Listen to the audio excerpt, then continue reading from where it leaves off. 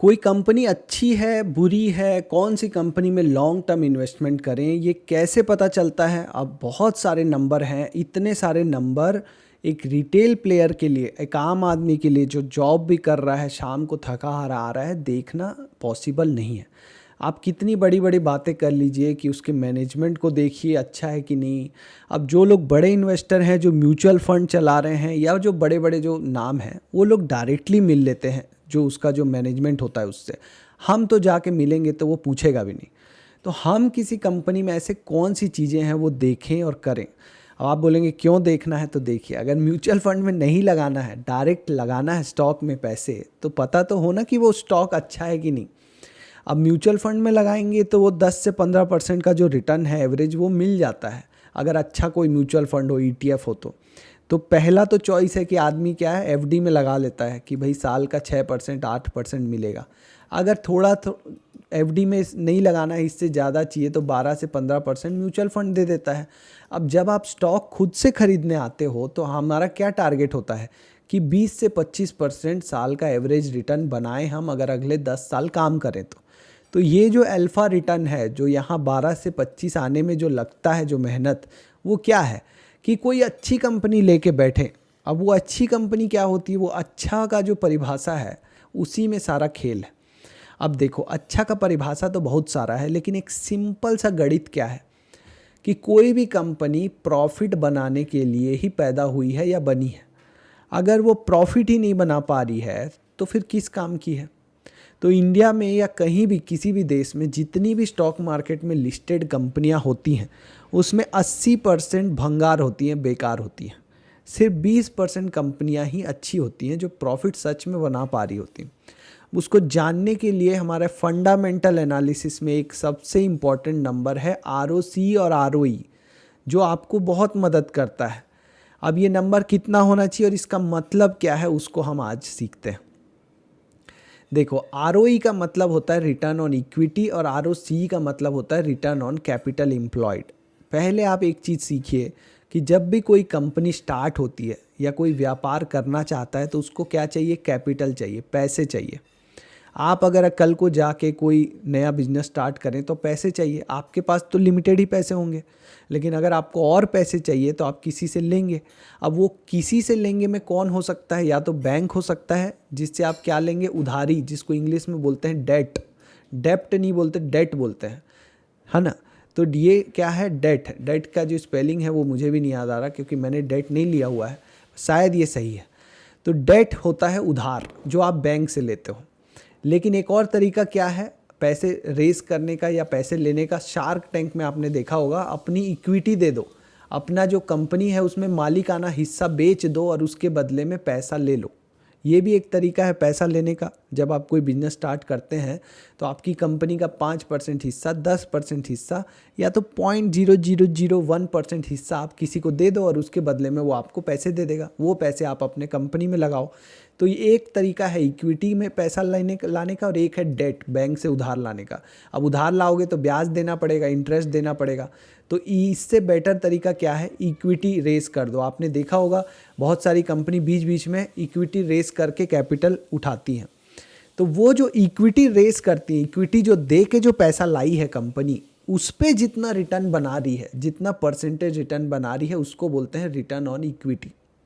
मतलब इक्विटी पे कितना रिटर्न बना पा रही है। अगर मेरे पास 100 रुपये है इक्विटी का और मैं 10 रुपये बना पा रहा हूँ फ़ायदा, तो मेरा 10% रिटर्न ऑन इक्विटी हो गया। ठीक है। रिटर्न ऑन कैपिटल एम्प्लॉयड क्या है, इन दोनों को जोड़ दीजिए। कितना पैसा उधार से लाई है कंपनी, कितना पैसा इक्विटी है। अगर ये दोनों को जोड़ के उसके पास 100 रुपये है और उसके बाद अगर वो 10 रुपये कमा रही है, तो उसका रिटर्न ऑन कैपिटल एम्प्लॉयड हो गया 10%। दूसरे तरीके से समझते हैं, किसी कंपनी के पास 100 रुपये का उधार है और 100 रुपये उसके पास इक्विटी के हैं, और वो कंपनी 20 रुपये कमा रही है। ठीक है। अब अगर वो इसको इक्विटी के टर्म में देखा जाए तो वो 100 रुपये पे 20 रुपये कमा रही है इक्विटी के, तो 20% का आरओई हो गया। लेकिन अगर वो टोटल आप देखें तो वो 200 रुपये पे 20 रुपये कमा रही है, मतलब 10% का आरओसी हो गया। अब आप इतना इसमें दिमाग मत लगाइए। कहने का मतलब ये है कि आप कितना कैपिटल यूज़ कर रहे हो और कितना परसेंट रिटर्न बना रहे हो। अब अगर ये रिटर्न 5-6% है, मान लीजिए सिर्फ 5-6% ही रिटर्न कोई कंपनी बना रही है, जैसे कि एग्जांपल देखते हैं यस बैंक का। यस बैंक इतने सालों से है, कोई नई कंपनी तो है नहीं, लेकिन इसका आरओई आरओसी कितना है, 5-6%। मतलब ये अपने कैपिटल पे जो यूज़ करता है पैसा कंपनी में, उस पर सिर्फ 5% का रिटर्न बना के देता है साल भर में। तो इससे अच्छा है कि ये सारा पैसा बैंक में ही डाल दे, बैंक में इससे ज़्यादा रिटर्न आ जाएगा 6% का। तो जब ये खुद ही 6% बना रहा है तो अपने शेयर धारकों को क्या पैसा बना के देगा। ये एक एग्जाम्पल के लिए मैं बता रहा हूँ आपको। वैसे ही जो अच्छी कंपनियाँ होती हैं उनमें जो आरओई नंबर होता है वो ज़्यादा होता है। जैसे यहाँ देखिए 28% है, 37% का आरओसी। तो ये सब कंपनियाँ ज़्यादा रिटर्न बनाती हैं जो कैपिटल यूज़ करती हैं। अब इस साल जो इनका फ़ायदा होगा, मान लो इन्फोसिस इस साल 100 करोड़ कमाएगी, तो अगले साल वो 100 करोड़ उसका क्या हो जाएगा, कैपिटल, क्योंकि वो 100 करोड़ तो उसी के पास है। थोड़ा बहुत वो उसमें डिविडेंड के रूप में आपको दे देगी 10 करोड़, बाकी 90 करोड़ को वापस अपने कैपिटल में डाल लेगी और उस 90 करोड़ पे भी 28% कमाएगी। ये बात समझ में आ रही है आपको। तो जितना ज़्यादा आरओई है और प्रॉफिट ऐड हो जाता है कैपिटल में, और उस पर फिर से वो आरओई के साथ फिर से वो प्रॉफिट कमाती है, प्रॉफिट पे प्रॉफिट। इसीलिए ये जो कंपनियां जहाँ पे ये नंबर बहुत बड़ा होता है, जैसे ये नेस्ले में देखो 83% है, इसका कोई कैपिटल लगता ही नहीं है। मैगी का पैकेट कोई और बना रहा है, मैगी कोई और बना रहा है, ये सिर्फ ब्रांडिंग करके बेच रहे हैं, तो इनका घर से कुछ कैपिटल लग ही नहीं रहा है, इसलिए ये नंबर 83% है। हर 100 रुपये जो ये लगाते हैं उस पर 83 रुपये कमा रहे हैं। सिंपल से भाषा में अगर आप आम आदमी की नज़र में समझना चाहो तो जितनी भंगार कंपनियां हैं, भंगार मतलब 15% से अगर कम है आरओई, तो आप उसको छोड़ सकते हो, आप उसको देखना ही छोड़ सकते हो कि ये कंपनी को तो मैं छोड़ ही दूँ। आरओई 15 से कम हो जिसका, इंडिया में गिनी चुनी कंपनियों का आरओई ही 25 से ज़्यादा है लॉन्ग टर्म में, मतलब 5 साल 10 साल लगातार मेंटेन कर रही हैं वो। आपको नई कंपनियों में ये नहीं देखना है कि एक जो जस्ट 1-2 साल से काम कर रही हैं, क्योंकि वहाँ पे तो वो लोग अभी कस्टमर एक्वायर करने के लिए, कस्टमर लेने के लिए बहुत कैपिटल यूज़ कर रहे हैं और कुछ प्रॉफिट नहीं बना रहे। लेकिन जो कंपनी 5-10 साल 15 साल 20 साल से इस्टेब्लिश्ड है, काम कर रही है, वहाँ पे तो होना चाहिए ना आरओई का नंबर। तो वहाँ पे आप सीधा सीधा देखिए कि आरओई 15 से नीचे की कंपनी छोड़ दो। 1-2 अच्छी कंपनी छूट भी जाएगी तो चलेगा, पर एक जनरल रूल रहेगा तो आपको तो क्लियरिटी रहेगा ना कि करना क्या है। तो आरओई 15 से ज़्यादा वाली ही देखना है। अब 15 से 25 के बीच में ज़्यादातर अच्छी कंपनियाँ आ जाती हैं, 25 से ज़्यादा हो तो और भी अच्छा है। तो आप एक रूल बना के रखिए कि 25 से ज़्यादा जिस कंपनी का आरओई है, वो कंपनी जब भी मार्केट क्रैश के कारण या मार्केट में गिरावट के कारण नीचे के रेट पे मिले, जब वो अपने ऑल टाइम लो पी के रेट में मिले, तो मैं उसको ले लूँगा। अब पी क्या है, यहाँ पे आप पी रेशियो का ग्राफ खोल लो 10 साल का, और जब भी ये जो कंपनी अपने लो पी पे मिले, जब भी ये नीचे के पी पे गई होगी, यहाँ पे जैसे अभी गई थी 2024 के जून में, जहाँ पे इसका ऑल टाइम लो पी था, वहाँ पे इन सब कंपनियों को लिया जा सकता है।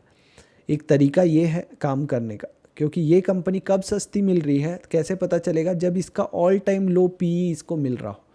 सिंपल सा तरीका है, कोई भी फॉलो कर सकता है। एक सैटरडे संडे आधे घंटे 1 घंटे रिसर्च करके, जो कंपनियों का आरओई ज़्यादा है उनके लिए, जिस कंपनी का आरओई 15 से कम है उसको सिंपली रिजेक्ट कर दो। ऐसे ही बहुत सारी कंपनियां आपकी रिजेक्ट हो जाएंगी। ठीक है, तो ये आप आरओई आरओसी को समझिए और इसको देख के काम करना स्टार्ट कीजिए। आपको देखेंगे आप कि आप एक मतलब आपका सिस्टम सिंपल हो जाएगा। आप बहुत ज़्यादा कुछ टेक्निक नहीं बता रहा हूँ मैं इसमें, आपकी चीज़ों को सिंपल करने की कोशिश कर रहा हूँ। और जितना सिंपल रहेगा ना उतना डिसीजन लेने में फ़ायदा होता है।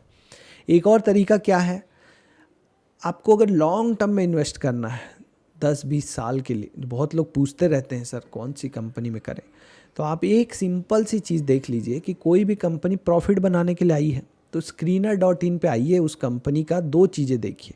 एक तो है ये मार्केट कैप जैसे यहाँ दिखा रहा है नेस्ले का 2,45,000 करोड़।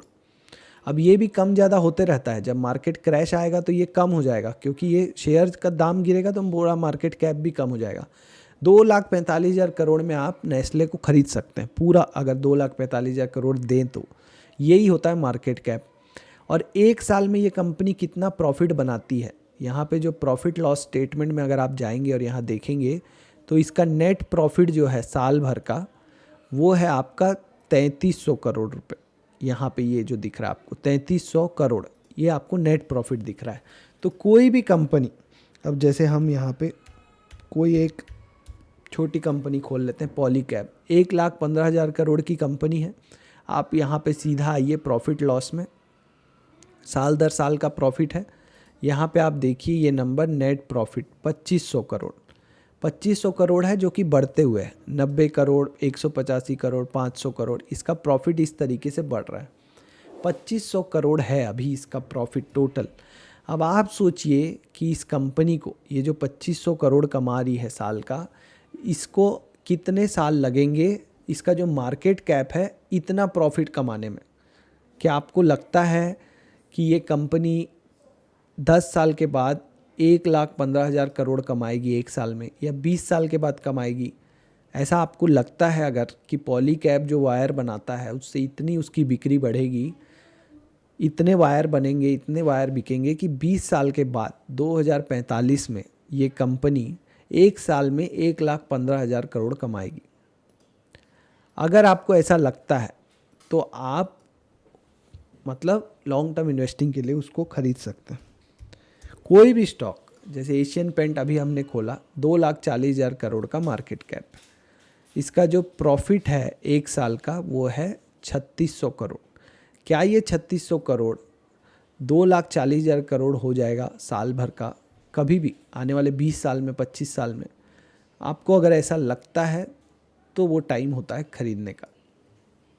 थोड़ा सा टफ है, समझ में भी नहीं आ रहा होगा कि 2,40,000 करोड़ कैसे कमाएगी, पर बहुत सारी कंपनियों में ये नंबर आसपास ही होता है।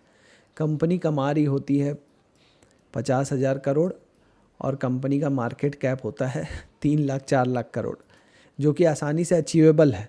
और वो टाइम ऐसी कंपनियों में भी आता है जब ये नीचे के रेट में आती हैं, तो वहाँ पे हमको लॉन्ग टर्म इन्वेस्टिंग के लिए ख़रीदने का बेस्ट टाइम होता है। दूसरा, ये पी रेशियो देख के ख़रीदने का एक मौका बनता है जब ये अपने 10 साल के, जो 10 साल में जो इसका लो पी है वहाँ के लेवल्स पे ये मिल रहा हो। जैसे इसका लो पी क्या है अभी 43 का, 41 का, और ये अभी कहाँ तक आई थी, वहीं कुछ 46 तक आई थी ये कंपनी। वो सब टाइम होता है इन्वेस्ट करने का लॉन्ग टर्म के लिए।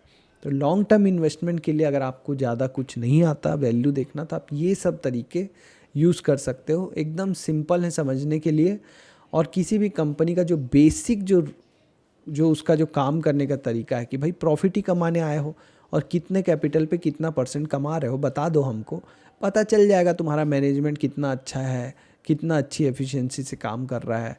क्योंकि अगर वो अच्छा है तभी रिटर्न बना पा रहा है, नहीं है अच्छा तो रिटर्न भी नहीं बना पा रहा है, तो वहीं से पता चल जाएगा। अब आपसे जाके हाय हेलो करके मिल के तो नहीं पूछ सकते कि उसकी शर्ट का कलर पसंद नहीं आया हमें, ऐसा तो कर नहीं सकते ना। तो जो कर सकते हैं वही सीखिए। ठीक है, ऑल द बेस्ट, मिलेंगे नेक्स्ट वीडियो में।